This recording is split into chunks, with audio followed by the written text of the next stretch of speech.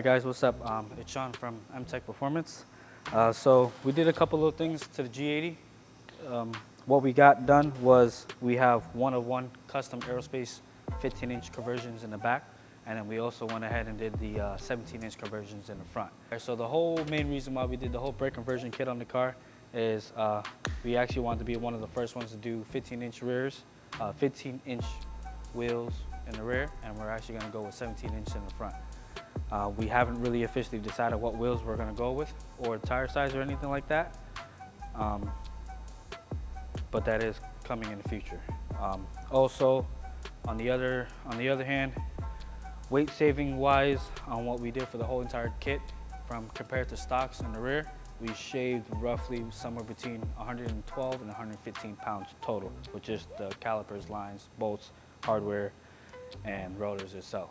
Overall, the kit is very nice, but in my personal opinion, this is not your ideal street car setup. Why I say that is because the braking force is definitely not the same as the stock factory M3 or G82 brakes. It does take a lot more force to actually stop the car.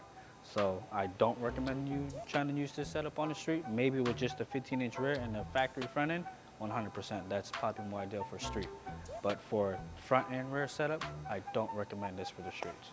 On the track, obviously the track is a lot more safer, but obviously, you know, anything could happen. God forbid anything does happen, but we're gonna find out. The more you fuck around, the more you're gonna find out. All right, here we go. We're about to test drive the G80 M3. We just finished fitting up the Aerospace small brake kit. We did the street brake kit in the front, and then we also did the drag brake kit in the rear.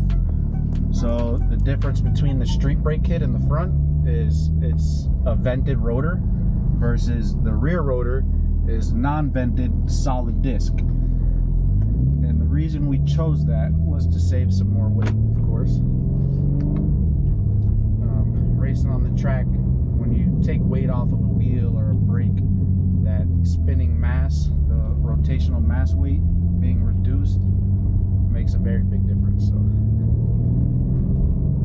braking, we're not sure exactly how that's going to feel yet, so we're going to test it now and see how it feels. I mean, so far driving normal, to be honest, I haven't even noticed a difference in the braking yet, but we really haven't got into the brakes. So let's give it a try.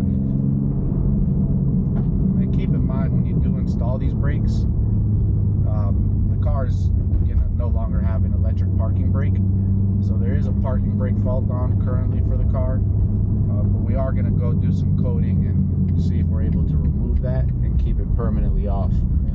So first thing I'm going to do is I'm going to probably do a test from about 50-60 miles an hour. Make sure nobody's behind us as well. Let's give it a good stomp and see how it feels.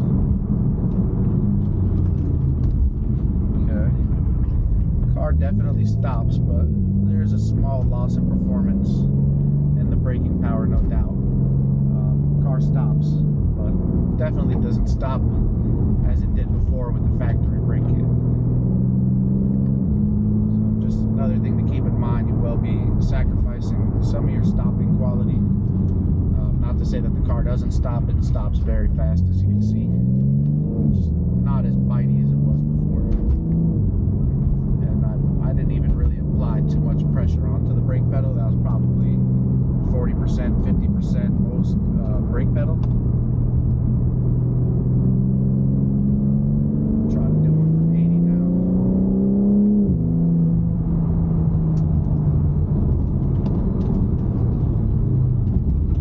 Yeah, not too bad.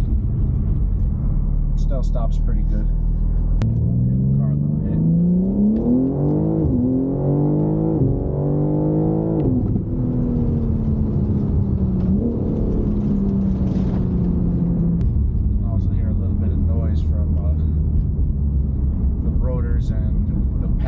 I'm assuming that it's a little bit of like a kind of like a scrubbing noise that you kind of hear when you're applying the pads. I'm pretty sure it's from the crosshatch that's on the brand new rotors. You'll tend to hear that whenever the rotors have like a crosshatch finish on them. So I'm pretty sure once these brakes wear in a little more, that noise will go away.